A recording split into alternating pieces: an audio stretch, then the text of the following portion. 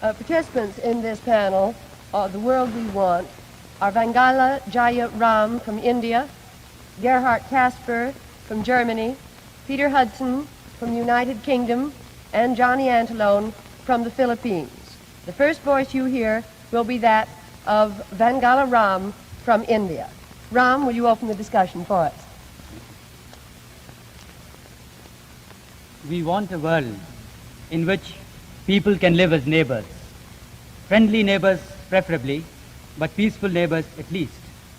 Meeting here in the Assembly Hall of the United Nations, we are especially aware and we regret that our forum group does not include students from Soviet Russia. Neither, of course, does it include American students. You have been so kind to us here that the only real moment of strangeness that I can recall was during a conversation about world politics. The participants seemed to assume that the only powers worth considering in today's world are the USA and the USSR. The 32 of us come from 32 countries that bear allegiance neither to America nor to Russia. Yet our people share with your people and with the Russian people the hope that war can be avoided. Maybe some of our lands or leaders, maybe even some of us, could help to build a bridge of understanding. That is why we find so precious this chance to lay before you our viewpoints on some of the problems that are troubling us all. By the way, Ram, I assume that when you speak of some countries serving as the bridge of understanding, I assume thereby that you are defending India's policy of neutrality? Johnny, I was not thinking of India in particular, but now that you have brought it out, I might as well defend her role. The events of the past few years have made it fairly obvious that India is particularly suited for such a role. For instance, in the case of the custodianship of the prisoners of war in Korea, India has also amply demonstrated her neutral character, her independent judgment. In fact, what is neutrality?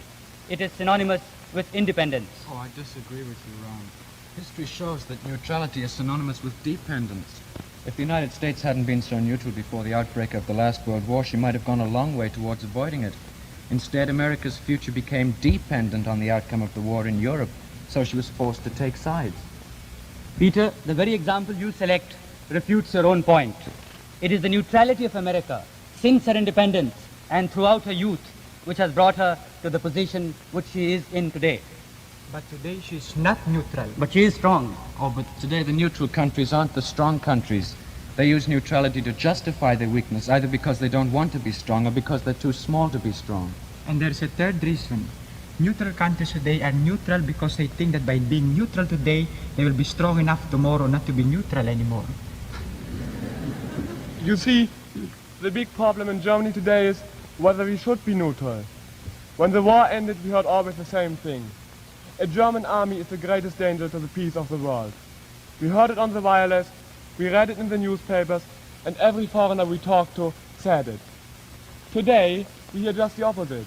Today, the West says the European defense community needs German soldiers, but France doesn't agree. Well, France, of course, has some reasons for her feelings about Germany. Well, Peter, I found the same strong feeling against Germany in the United States. Sometimes so strong that I hated to be the German delegate. People always say the Germans haven't changed. Especially the German young people have changed.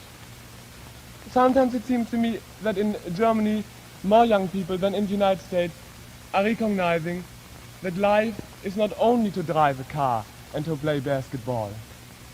There's one simple reason for it. We had to see too much of war in our own country, so we are forced to recognize that we must look for the real basis of our life.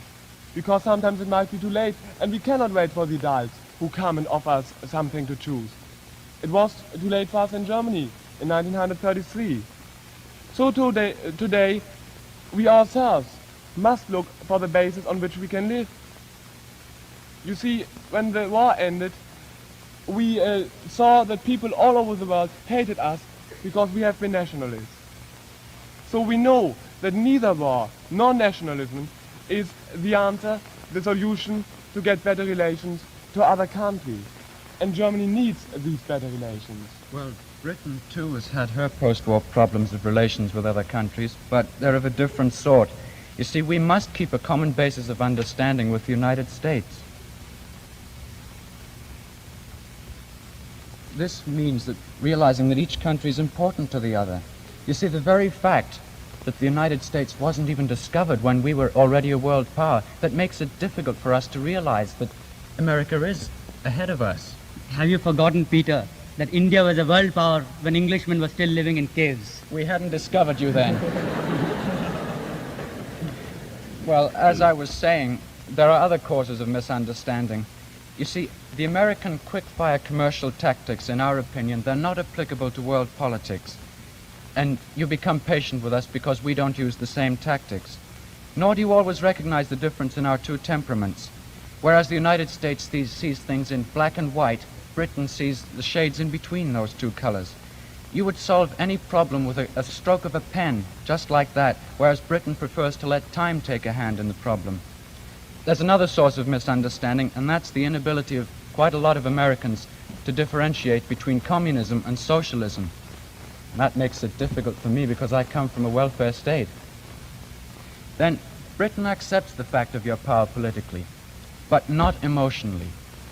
When we laugh at your overstatement, at your accents, at your witch hunting, it's only because we need some form of psychological uplift. You see, by laughing at you, we delude ourselves into thinking that we're your equals in power. Filipinos neither laugh nor smile at you Americans. However, because of America's role in the Philippines, I speak as a nation who trusts your motives, and I regret that not all Asians think as we do. However, they have a valid reason for it, and this is it. In trying to be friendly, you become aggressively friendly, and you ram your aid down our throats, and you tell us that you know better than we do how your aid should be used. That's right. The Point 4 aid is an example. No doubt, it is a genuine expression of the desire of America to help an economically backward country. It has helped us very much. It is also good because we have to put up matching funds ourselves, and it is therefore a truly cooperative effort. But while the principle you start off with is cooperation, it sometimes degenerates into control. For instance, you do not allow Point 4 money to be used for capital goods, even though we should want it, even though it should be desirable for us. That makes us wonder sometimes whether America wants us to be perpetual customers of theirs and not producers ourselves. Now, just a minute. Let us not generalize, Ram. That is not true in the rest of Asia. America has set up producers' industries in the Philippines, Indonesia, in Burma, and in many parts of Europe as well. Hasn't she, Gerhard? I think you are right, Johnny. She helped us in Germany to build up all our industry. But even more important, the United States is working with us to get a European Union. England, on the other hand, says that she's in favor of it, but doesn't want to be involved. Now, Britain favors a European Union, but not at the cost of her Commonwealth strength. She hasn't joined herself because a European government would necessarily have more French, German, Italian, and other continental representatives than British. The result would be that British policy would be dictated by a distinctly non-British government. I should like to ask Ram this.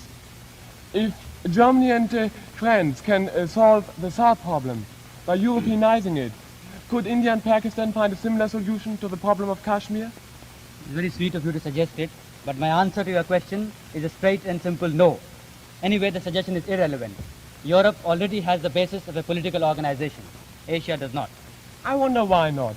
Do we Europeans have more in common than Asian peoples do?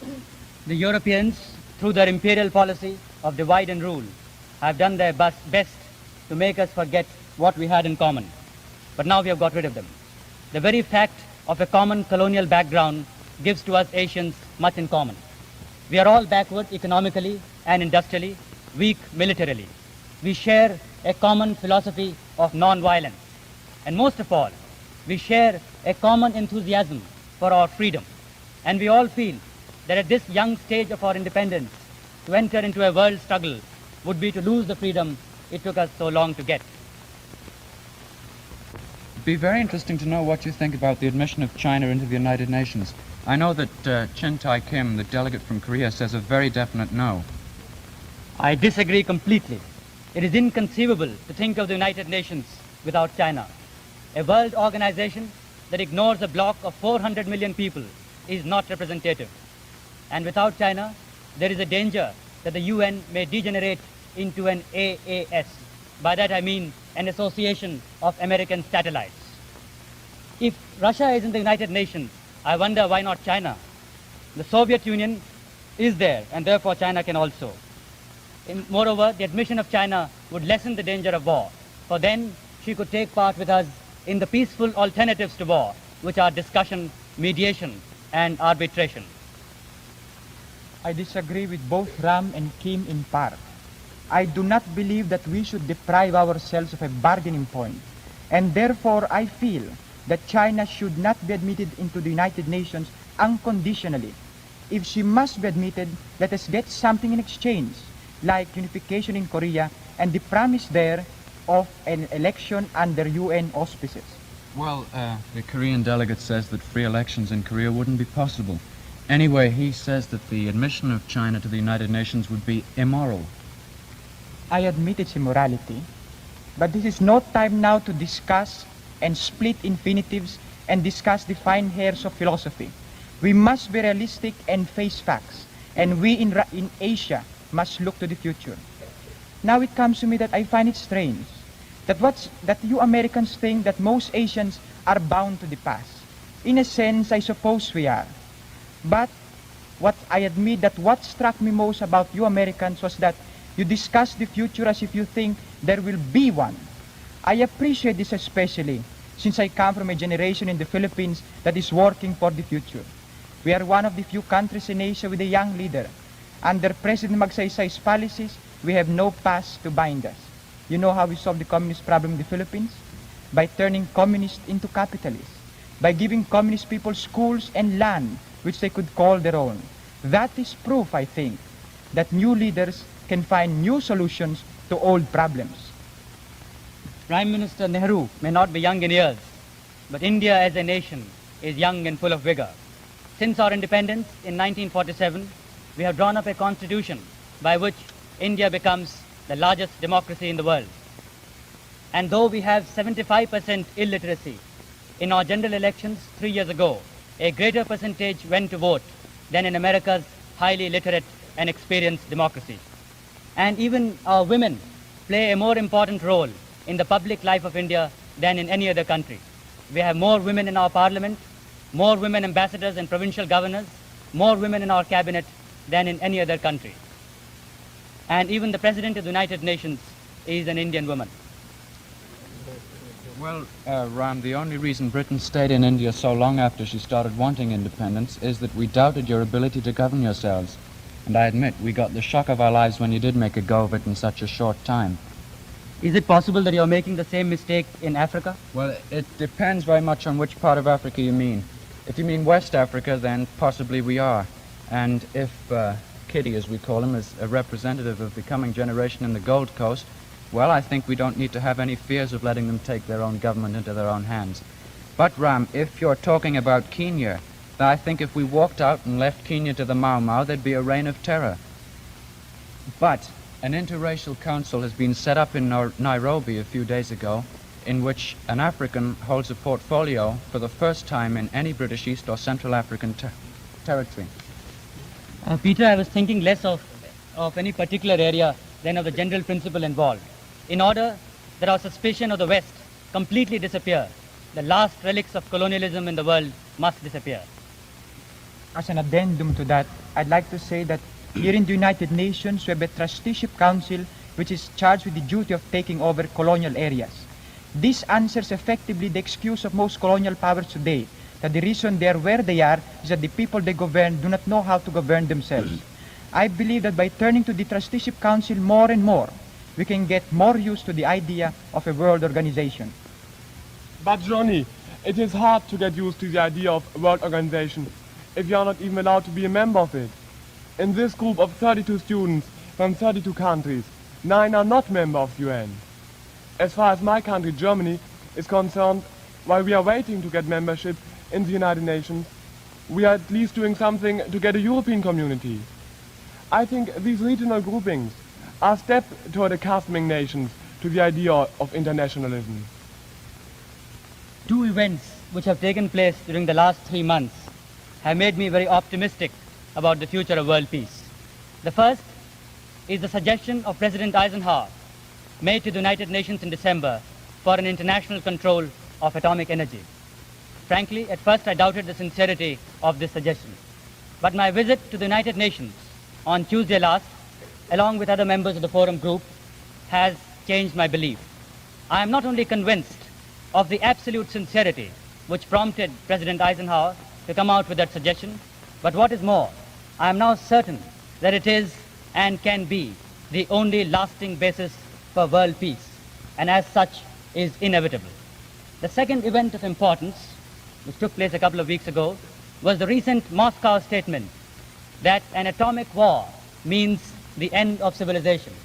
Thus, for the first time, the Soviets have recognized that a war means not only the destruction of capitalism, but of the entire world. This mutual recognition from both sides that a war means the annihilation of civilization is very significant. It has to be recognized that the United Nations today represents the hope of mankind. It is a concrete translation of man's desire for peace. In that sense, it is the culmination of historical experience and the logical outcome of man's sublimest efforts. If nothing else, it affords a common platform where people of divergent views can sit together and talk over their differences. And isn't that a better alternative to war? No doubt, the United Nations is not perfect. For instance, I feel that if the following amendments to it are made, it could become a more effective agency. 1, if all federations and blocs within the United Nations are dissolved. 2, if the veto power is abolished. 3, if all independent nations are made full and equal members of the United Nations through their real governments and not through imaginary ones. 4, if there is representation on the basis of population. This, of course, would mean that the white people would be greatly outnumbered, a fact which has to be faced sooner or later. Asia has now a more important and decisive role than the power blocs want her to have. This is the time that the Asian nations must combine by having a common policy of independence in world affairs. No Asian nation must allow herself to become a satellite either of America or of Russia. No one but Asia, through a joint endeavor, can avoid a world war. By aligning themselves with one of the power blocs, an Asian nation risks her independence, and such an alignment also represents an explicit expression of a desire to fight. But that is not what the people of Asia want now. They are young and need to develop themselves economically to a full stature and not engage in a world struggle. If possible, Asia will do her best to avoid a world war. If not, she will try to keep out of it. The conflict today is not between communism and capitalism, or between totalitarianism and democracy, or between freedom and slavery.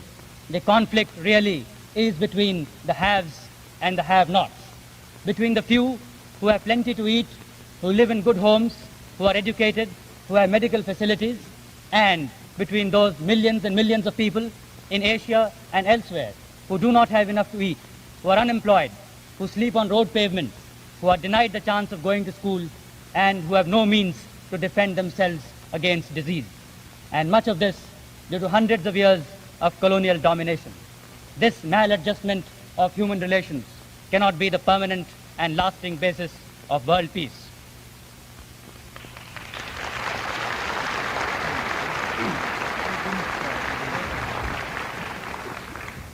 Well, I'm afraid I can't agree with all Ram said there, but I'll follow up his point about the haves and have-nots. It suggests a striking analogy. The position that the world's reached today was reached by Britain at the time of the Industrial Revolution. Then a few people got very rich, whilst the great majority worked under very poor conditions for very little money. And this gap between the rich and poor grew. Many economists believed that the gap must be maintained if the economy of the capitalist state was to survive. Well, Christians were heard at this, and they began to help the poor. That was philanthropy. Then the fact had to be faced that this gap wasn't necessary to maintain economic stability. Then the government took a hand in it. The alleviation of the condition of the poor became the concern of the national government. An income tax was introduced to better the conditions of the poor. And to meet the cost, men with certain incomes contributed to the government towards that income tax. Now, to complete the analogy, the time has come for the rich countries of the world to face the fact that the gap between themselves and the underdeveloped countries isn't necessary to maintain world economic stability. They are realizing this to some extent, to the extent of Point 4 and the Colombo Plan. But these individual countries are just philanthropists. The United Nations here is the great hope, but at present they're relying on voluntary pledges from various countries. Now, why can't wealthy countries do as they did within themselves when they reached a similar state of affairs? Why can't there be under United Nations auspices a form of international income tax where nations with an income over a certain amount can contribute, for example, 2 or 3% of their income in a form of tax payable to the United Nations? This tax would pay for development in Asia and Africa and the Middle East, where the costs are too high to be borne by individual countries, and any hope of a quick profit is very dim indeed. Development must be an effort of cooperation on behalf of the wealthy countries through the United Nations. Then no obligation will be felt by any small country towards any great single power, and therefore there'll be no reluctance to accept aid. Like national income tax, it'll become both an act of self-interest and at the same time of justice. I like what Peter says. Income tax always touches me in a very tender spot. And when an Englishman speaks of paying out money, then things can be as bad as they seem. Usually, whenever I discuss with people the kind of world we want, they astonish me by describing an utopia without cares. They tell me of a world where a man can lounge around with a pipe in one hand and a book in the other. As for me, I like this world. I like the strivings and the plans of this particular century, for it makes me feel like being a part of a wonderful and exciting experiment. I marvel that not everyone realizes how fortunate he is to be alive today. Here we are on the threshold of realizing the communion of nations. Here we are, favored spectators at the unveiling of some of nature's most precious secrets, and we are closer to the stars than we've ever been. However much I like this world, I still believe there is one thing it can do without: war. Perhaps my reasons are selfishly personal. Perhaps I exaggerate the impact of war. But I survived one war, and I know how it feels. I know what it is to be afraid of nothing and yet everything. I know what it is to crouch in a shelter's corner, not knowing if the next bomb would be my own. I admit that war has given us many times the necessary push to do many things that might not have been done otherwise. But still I hate war for its general uselessness.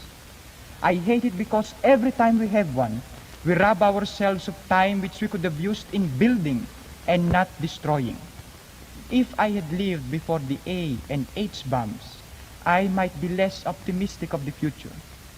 But I feel that we shall enjoy peace, because I believe and I feel deeply that no nation shall start a war which none can possibly survive. With the weapons now in our hands, and if we start another world war, there can be no distinction between loser and victor. I do not want a future which we are sure of shall be rosy, because I believe that I like the suspense which gives to life its only true zest. If we must lose, I do not want to be disheartened in advance. And if we must win, I do not want to be bored by knowing so beforehand. I believe that if there is one thing we deserve the pleasure of anticipation. I believe that this world we have deserves a vote of confidence. With its dirt and cleanness, its ups and downs, and its total unexpectedness, it has given to us, through variety, more pleasure than pain. This particular century deserves special credit. Whatever else it may be, it is still the broadest, the most exciting, and the most promising of all the centuries that have gone by. May this world always have its troubles except one. May it always be as challenging as it is. May it always have the scope and panoramic view that each one of us can have in it. May it always be, and may it never be, a place, a soft place for soft people with soft heads.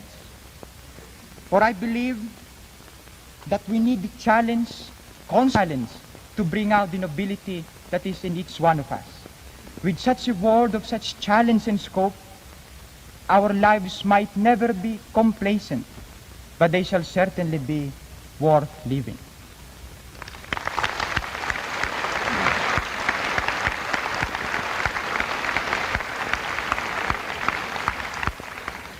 Johnny says he likes the world as it is, a very interesting world full of problems which we can try to solve. I must say, there are students in Europe the same age as Johnny and me who don't think that way, because they are not free, because they aren't allowed to discuss and solve the problems we have. Until these problems are solved, we don't have a life that is worth living. In America too today, I think you have problems you should solve quickly. Many people in America don't see the danger that freedom is in today as well as somebody coming from the outside. You fear American communists, but you also should really fear people who try to save you from these communists. I'm told the last years of the Weimar Republic, Hitler got power because he frightened the people by the danger of communism. And the people followed him to be saved from communism. And while we were not seeing what we were looking at, he took our freedom away. I like the United States, a country of freedom and of problems, because your problems prove that you are free. And that is one of the most important facts I will take back with me to my country. As a summary of my forum experiences, I would like to say to you, the world we want is for me still the world of freedom, of peace, and of tolerance, of international understanding and equality of right. This doesn't depend in the first place on the politicians, but on the people like you and me. We will never get the world we want if there are people in Germany who hate the Jews, or in the American people who hate the Germans. But we will get it if we first think about our own mistakes, and then about the things other people have done wrong. Why do I believe in the future? Because it was possible for me, as a German, to be together with the Israeli delegate during Brotherhood Week in the United States, as a German who's together with a very good friend. As long as young people have this opportunity, we must believe in the future, because the day will come, we young people will take over governments. This sounds optimistic, very idealistic, but I'm sorry, I believe in it.